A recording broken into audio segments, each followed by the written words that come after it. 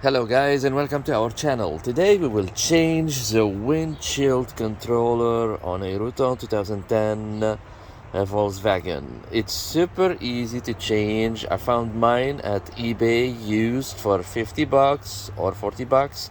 It's so cheap. It have one connector, and this one is super easy to change. It's like a 5-minute job.